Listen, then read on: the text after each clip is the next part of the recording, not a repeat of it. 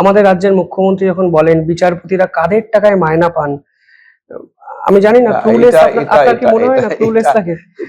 এটা আমি বলবো হয়তো একটু বোঝার অভাব হয় আর কি।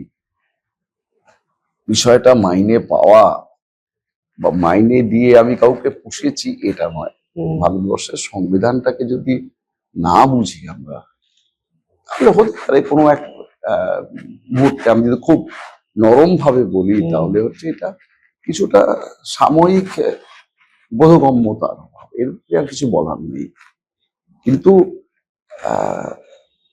বিচার ব্যবস্থা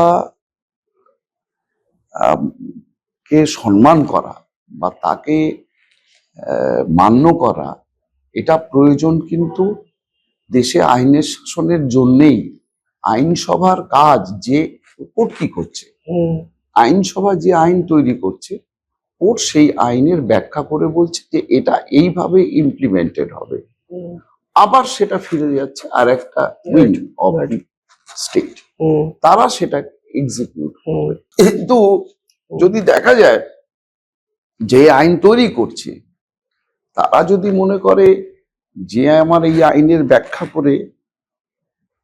করবে বা এই আইনের ব্যাখ্যার পর সে পদ্ধতি বলবে এটা এইভাবে, এর মানে এই, বা এটা এইভাবে প্রয়োগ হওয়া উচিত, তারপরে আমি মানবো না, এ তো নিজের মুখেই নিজে কালি মাখার মতো ব্যাপার হবে।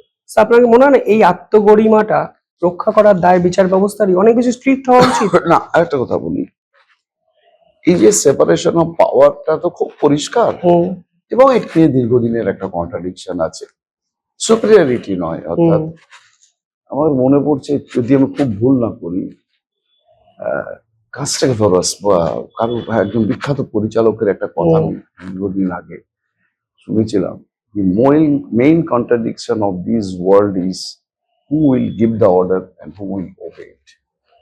বিষয়টা এইভাবে দেখলে চলবে না। আমাদের কনস্টিটিউশন এই পাওয়ার ব্যালেন্সিংটা খুব সুন্দর করে করা আছে, রাইট? কোনো কোনো জায়গায় ওভারল্যাপ করে, তখনই কোর্ট এসে বিচার করে বলে না এটা এইভাবে হবে। তোমার খারাপ লাগতে পারে, এমন নয় যে কোনো রায় ভুল নেই, কিন্তু কি করা যাবে, পরবর্তীকালে দেখা গেল যে সেই রায় কোনো একটা পদ্ধতির মাধ্যমে প্রমাণ হলো যে হ্যাঁ, যেভাবে X person being a political leader interpret the law was correct, right? He has to accept it with a good spirit.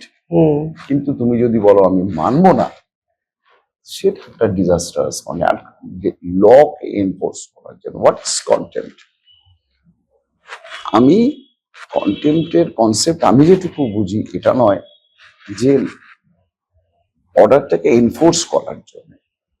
Contempt কোর্টের বিচার্য বিষয় হলো যে তুমি এটা, এই হচ্ছে আদেশ, তুমি এটা উইলফুলি ডেলিবারেটলি ভায়োলেট করেছো, therefore you are liable to punishment, right?